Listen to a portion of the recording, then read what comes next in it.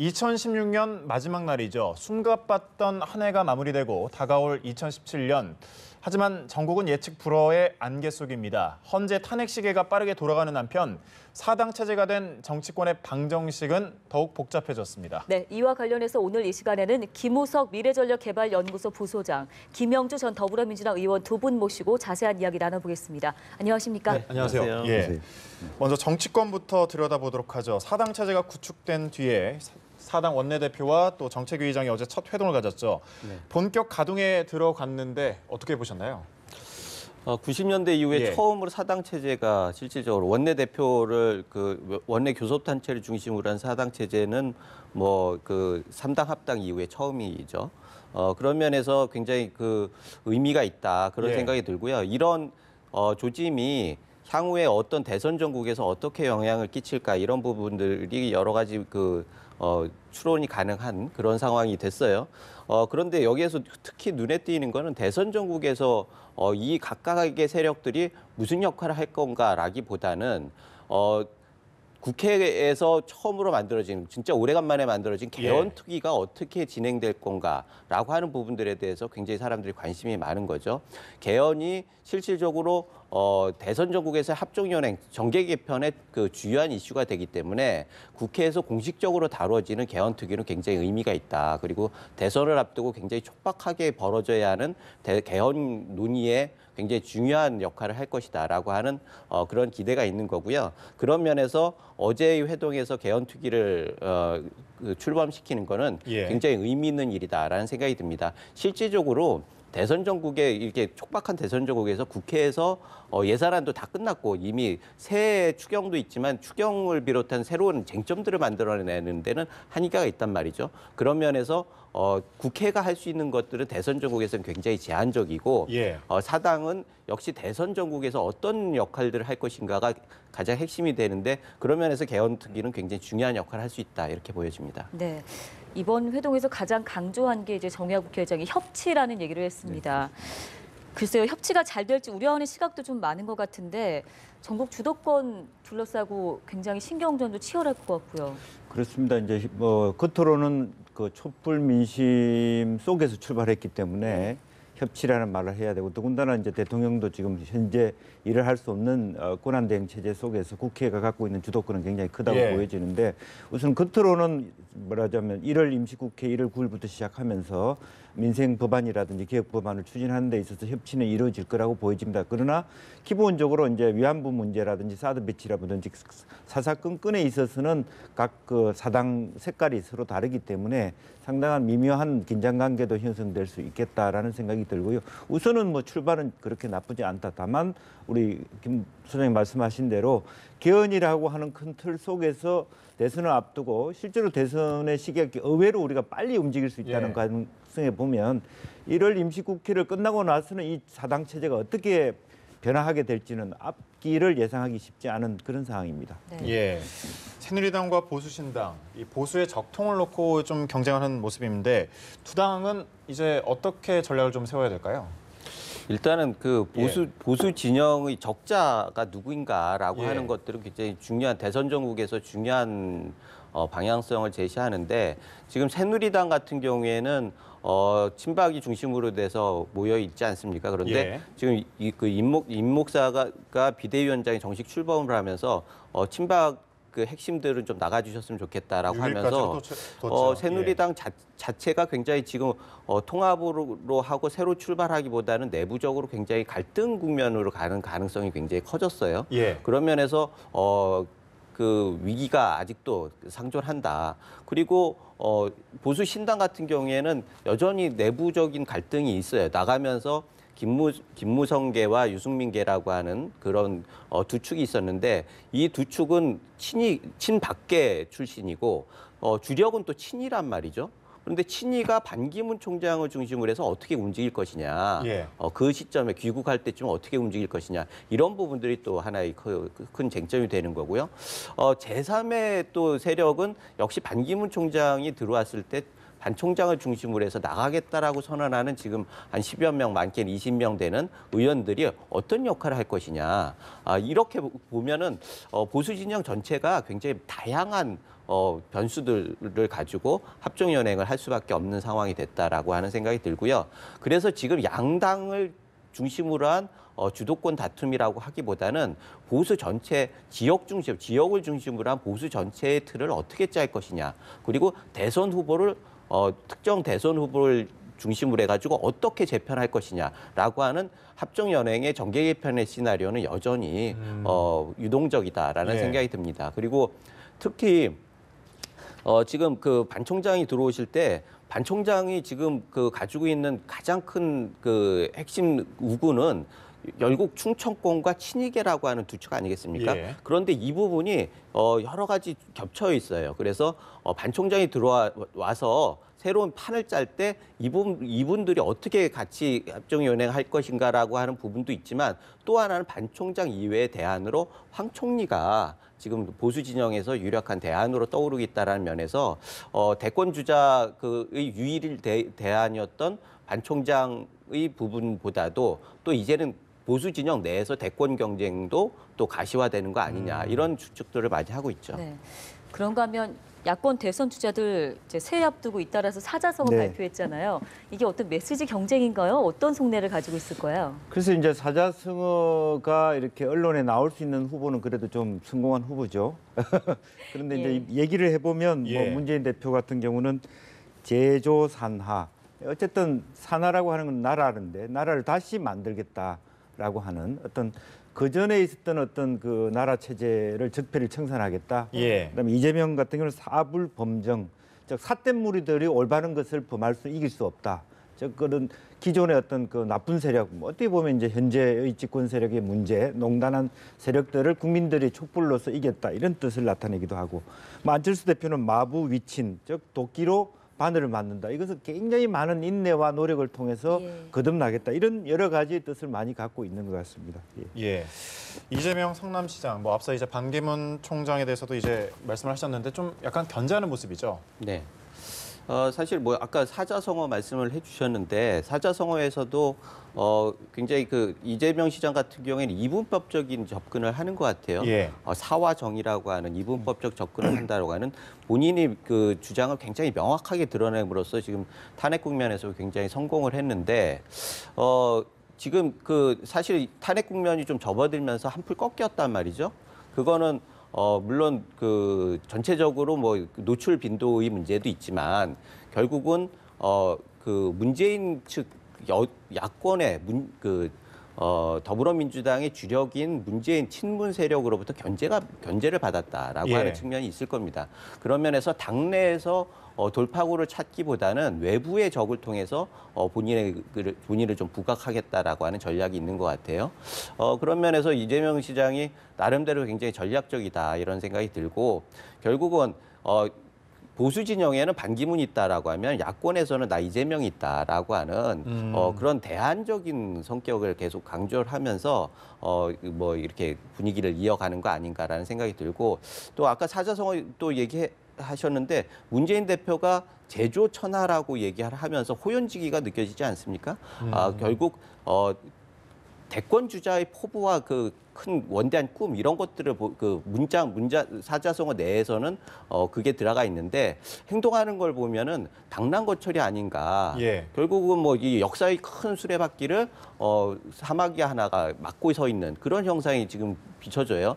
결국 그 60 항쟁이나 4.19 이럴 때는 거대한 민심이 있을 때 결국 개헌을 통해서 국가를 대개조를 했단 말이죠. 그런데 그 개조하는 방향을 본인만 지금 맡고 있다란 말이에요. 그래서 이제부터라도 그 제조천하라고 하는 큰 포부를 하면은 새해는 개헌의 좀 전도사가 돼줬으면 좋겠다. 앞장서가지고 해서 전국을 주도하는 면모를 좀 보여줬으면 좋겠다라고 하는 게 많은 사람들의 바람이고 그것에 얼마나 부응할지는 앞으로 지켜봐야 할 것 같습니다. 네.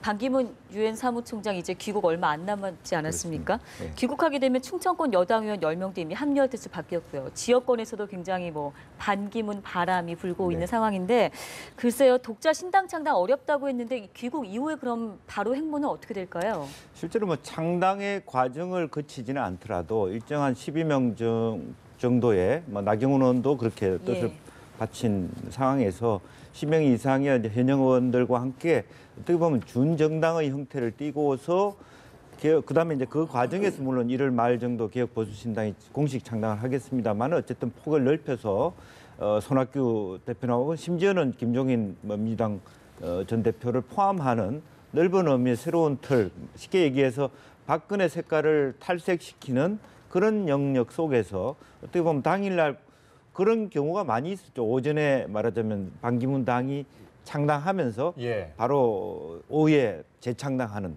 합당하는 이런 형태까지 포함돼서 충분히 뭐 굳이 창당하지 않는다 하더라도 거의 창당 수준에 가까운 예. 그룹의 형태를 가지고 말하자면 새로운 기존 정당에 들어올 수 있을 것 같다. 그래야만 자신의 최소한의 어떤 뭐 바로 어쨌든 공식적으로 대선 레이스를 했을 때 예. 혼자만 후보는 아니지 않습니까? 예. 여러 사람이 후보가 될 수 있을 때도 자기 기반을 확고히 하는 막 그런 전략은 충분히 가능하다 그렇게 생각이 듭니다. 예, 그렇군요. 이제 또 새해가 되면 각 정당들은 이제 조기 대선에 아무래도 좀 힘을 쏟을 텐데 경선 룰 논의는 어떻게 좀 진행이 될까요?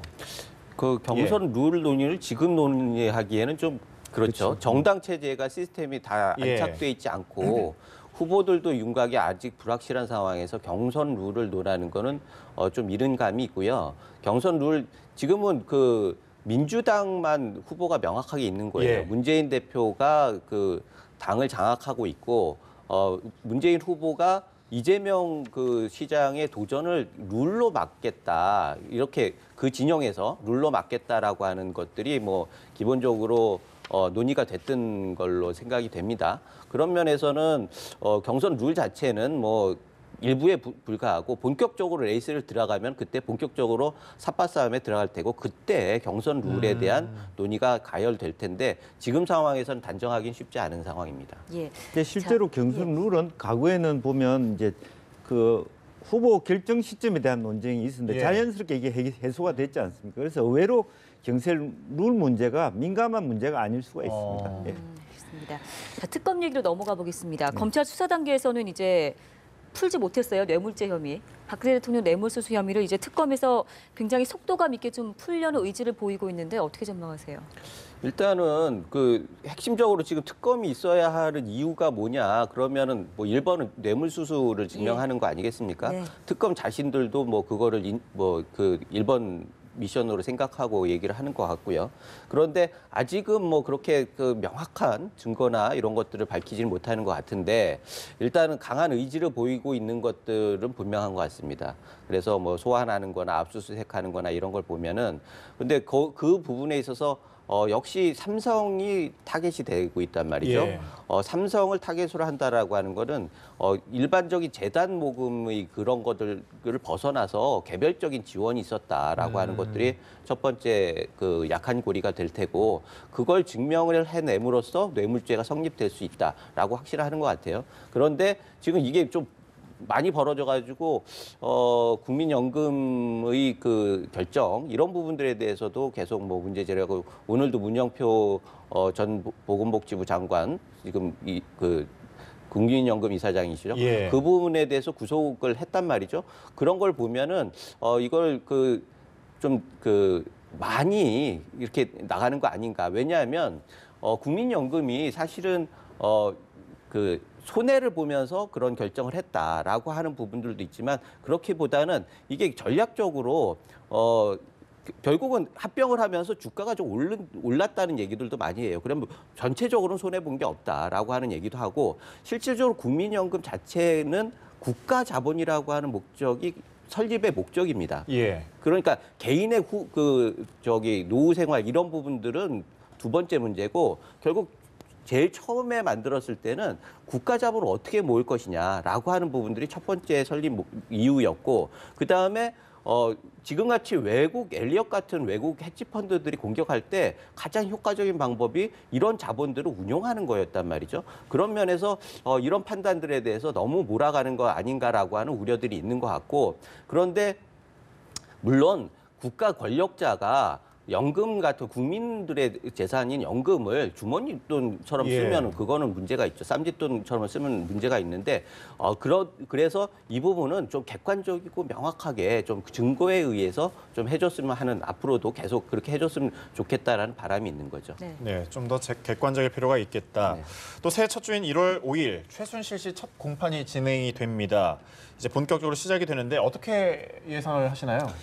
실제로는 이제 예. 첫 그 공판 속에서는 준비기일에 최순실이 나왔기 때문에 최순실이 이제 피해갈 수 없는 상황이 돼 있고요. 기본적으로 뭐 속도를 빨리 내서 굉장히 많이 빠른 속도로 재판을 진행하겠다고 하는데 여러 가지 사실관계에 대한 문제뿐만 아니라 실제적으로 박근혜 대통령과의 관계 그리고 차은택을 비롯해서 삼성과의 관계 이런 부분들을 같이 하나하나 짚어가면서 실제적인 말하자면 재판 자체가 뭐 형법상의 어떤 뇌물죄의 구성 또 공모의 부분에 대한 추정 그리고 한편으로는 재산 한편으로는 정유라의 관계를 말하자면 압력을 넣어가면서 실제적으로 탄핵이라든지 특검과 연동해서 아마 이제 이 문제가 진행될 것 같습니다. 네.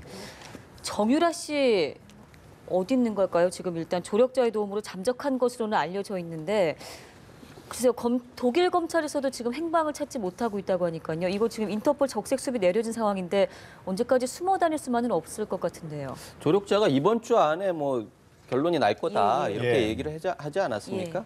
그러면은 뭐 이번 주라고 해봐야 뭐 오늘 내일이면 결론이 나겠죠. 그런 면에서는 좀 그 어떻게 방향을 잡을지 그렇게 오래 고민하지 않아도 될 것 같고 정유라 씨 같은 경우에는 뭐 저 수배령이 내려지면은 예. 결국은 거기에서 귀국을 하려고 해도 독일이 검찰에서 일단은 잡아야 하지 않습니까? 그러면 독일 경찰에서 판단하겠죠. 이건 뭐 그 협조를 하는 차원에서 귀국을 시키느냐 마느냐 이런 부분들이 여러 가지 절차가 있을 텐데 그거는 일단은 정유라 씨가 어떻게 들어올 마음이 있는지 없는지 여기서부터 시작해야 하는 것 같고 저 개인적으로는 정유라 씨가 나라 망신을 좀 고만시켰으면 좋겠어요. 그 독일에서도 그게 나왔잖아요. 개들 때문에 뭐 이렇게 민원들도 많고 네. 국내에서 있을 수 없는 그런 예. 일들이 독일에서 벌어졌단 말이죠. 그 얼마나 국격에 뭐 심대한 손해 끼칩니까? 그래서 이제는 좀 정리를 하고 국민들한테 사죄하는 마음 또는 객관적인 진실을 밝히기 위해서라도 결단을 내릴 때가 됐지 않나 그런 생각이 듭니다. 네. 예. 그런가 하면 또 이제 최순실 일가의 재산에도 또 관심이 모아지죠. 그렇습니다. 최태민 씨까지도 뭐 네. 이제 거슬러 올라가고 있고 많게는 뭐 조 단위까지 된다 뭐 이런 식으로 이제 보고 있는데 일단 그 최순실 일가의 만약에 이제 불법이 밝혀진다면 그 최순실 일가의 재산을 국고로 환수하는 거는 좀 어떻게 가능할까요? 현재로서는 법적인 미비점이 많기 때문에 국회에서 한 6건 정도 최순실 그 국고 환수법에 대한 발의가 돼 있는 상태입니다. 심재철 의원부터 6명이 돼 있고 그 전에 보면 친일 반민족 행위자 재산 환수법이 있었고요. 예. 전두환 대통령에 대한 추징 이런 부분이 있었기 때문에 실제적으로 공소시효를 폐지한다든지 범죄자의 수익을 처분하는 그런 법적인 손질이 빨리 이루어져야 될 것 같고 다만 문제는 이게 그 재산들이 또 다른 사람들의 재산과 엉켜 있기 때문에 과연 위헌적 요소가 있어서 그렇게 빨리 이 문제의 법적인 문제가 완결될 수 있는가라고 하는 것이 좀 타이밍에 어떤 문제가 있었는데 기본적으로 법 제도는 빨리 추진되지 않을까 그렇게 생각이 예. 듭니다. 박근혜 대통령 탄핵 심판 이제 첫 변론 다음 주에 바로 시작이 되는데요. 헌재에서 최대한 좀 빠른 시간 안에 마무리를 지으려고 하는 것 같은데 어떻게 전망하세요? 공정하고 신속하게라고 얘기했습니다. 그래서 일단은 뭐 신속한 건 국민들의 요구에 부응하는 거고 그렇지만 법적으로는 공정하게 해야 한다라고 하는 뭐 그 헌재의 기본적인 그 책무가 있는 거죠. 이걸 어떻게 잘 조율해 가지고 빠른 시간에 공정한 결과를 낼 것인가 이런 부분들은 사실 헌재 그 스케줄에 기다리고 맡겨야 하는 부분이지 밖에서 누가 이렇게 압력을 넣거나 세게 주장을 해가지고 될 일은 아닌 것 같고요. 예. 문제는 지금 시일이 1월 달에 그 헌법재판소장이 그만두고 1월 예. 말에 3월 13일 날 이정미 재판관이 그만두는 예. 시점이 있거든요. 그래서 많은 사람들이 3월 13일 이전에 결론이 나지 않으면은 그 뒤에 이루어질 거다 이렇게 생각을 하는데 1월 달에 이루어진다라고 하면은 일단 그 내용적으로 부실할 가능성이 많고요. 예. 그다음에 어떻게 보면 기각을 하는 명분을 찾으려고 하면 1월 달에 할 수는 있어요. 그렇지만 좀 3월 정도에 해야지 3월 중순 정도까지는 해야지 뭐 내용적으로도 어느 정도 걸러지는데 만약에 그때까지 내용이 이번에 굉장히 복잡하지 않습니까? 그런데 그때까지 모든 것들을 클리어하게 결론을 내지 못한다고 하면 4, 5월까지도 갈 수 있다 이런 생각이 들고요. 그런 거는 우리가 뭐 이렇게 시간을 타임테이블을 놓고 그 왈가왈부할 게 아니라 정말 헌법재판관이 소명의식을 가지고 할 수 있도록 굉장히 중요한 문제 아니겠습니까? 그런데 이 중요한 역사적인 문제를 졸속으로 해서는 안 되는 거고 그렇다고 시간을 무작정 끌어서도 안 되는 거고 네. 그건 전적으로 헌재의 판단에 맡겨야 한다고 생각합니다. 예, 그렇죠. 헌재가 또 이제 꼽은 그 5가지 탄핵 소추 유형 중 하나가 세월호 7시간 행적입니다.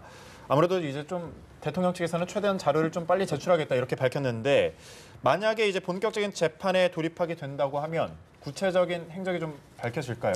예, 뭐 예. 재판을 하면 행적이 바뀌어질 수 있는데 제가 보기에는 초기에 대응하면서 사실은 청와대 측에서 약간 불명확하거나 거짓말이 좀 있어요. 예를 들면 10시 반경에 해경에 전화를 했다 안 했다라고 하는 예. 대변인 브리핑도 대통령이 직접 하셨다 하지 않았다에 대한 미심적인 부분이 있기 때문에 청와대 자체에서 이걸 보다 구체화하는 것뿐만 아니라 실제로 국정원 해수부와 관련해서 해경과 관련해서 서로 입을 맞춰야 되는 부분이 있단 말이에요. 네. 사실은 그런 부분이 명쾌하지 않으면 결과적으로는 해명 자료가 명쾌해질 수 없는 부분이고 다만 그것을 이렇게 재판부가 현명하게 가려낼 필요는 있겠다 그런 생각이 듭니다. 예, 그렇군요. 예측 불허한 전국 상황을 두 분과 함께 짚어봤습니다. 지금까지 김우석 미래전략개발연구소 부소장, 김형주 전 더불어민주당 의원이었습니다. 고맙습니다. 고맙습니다.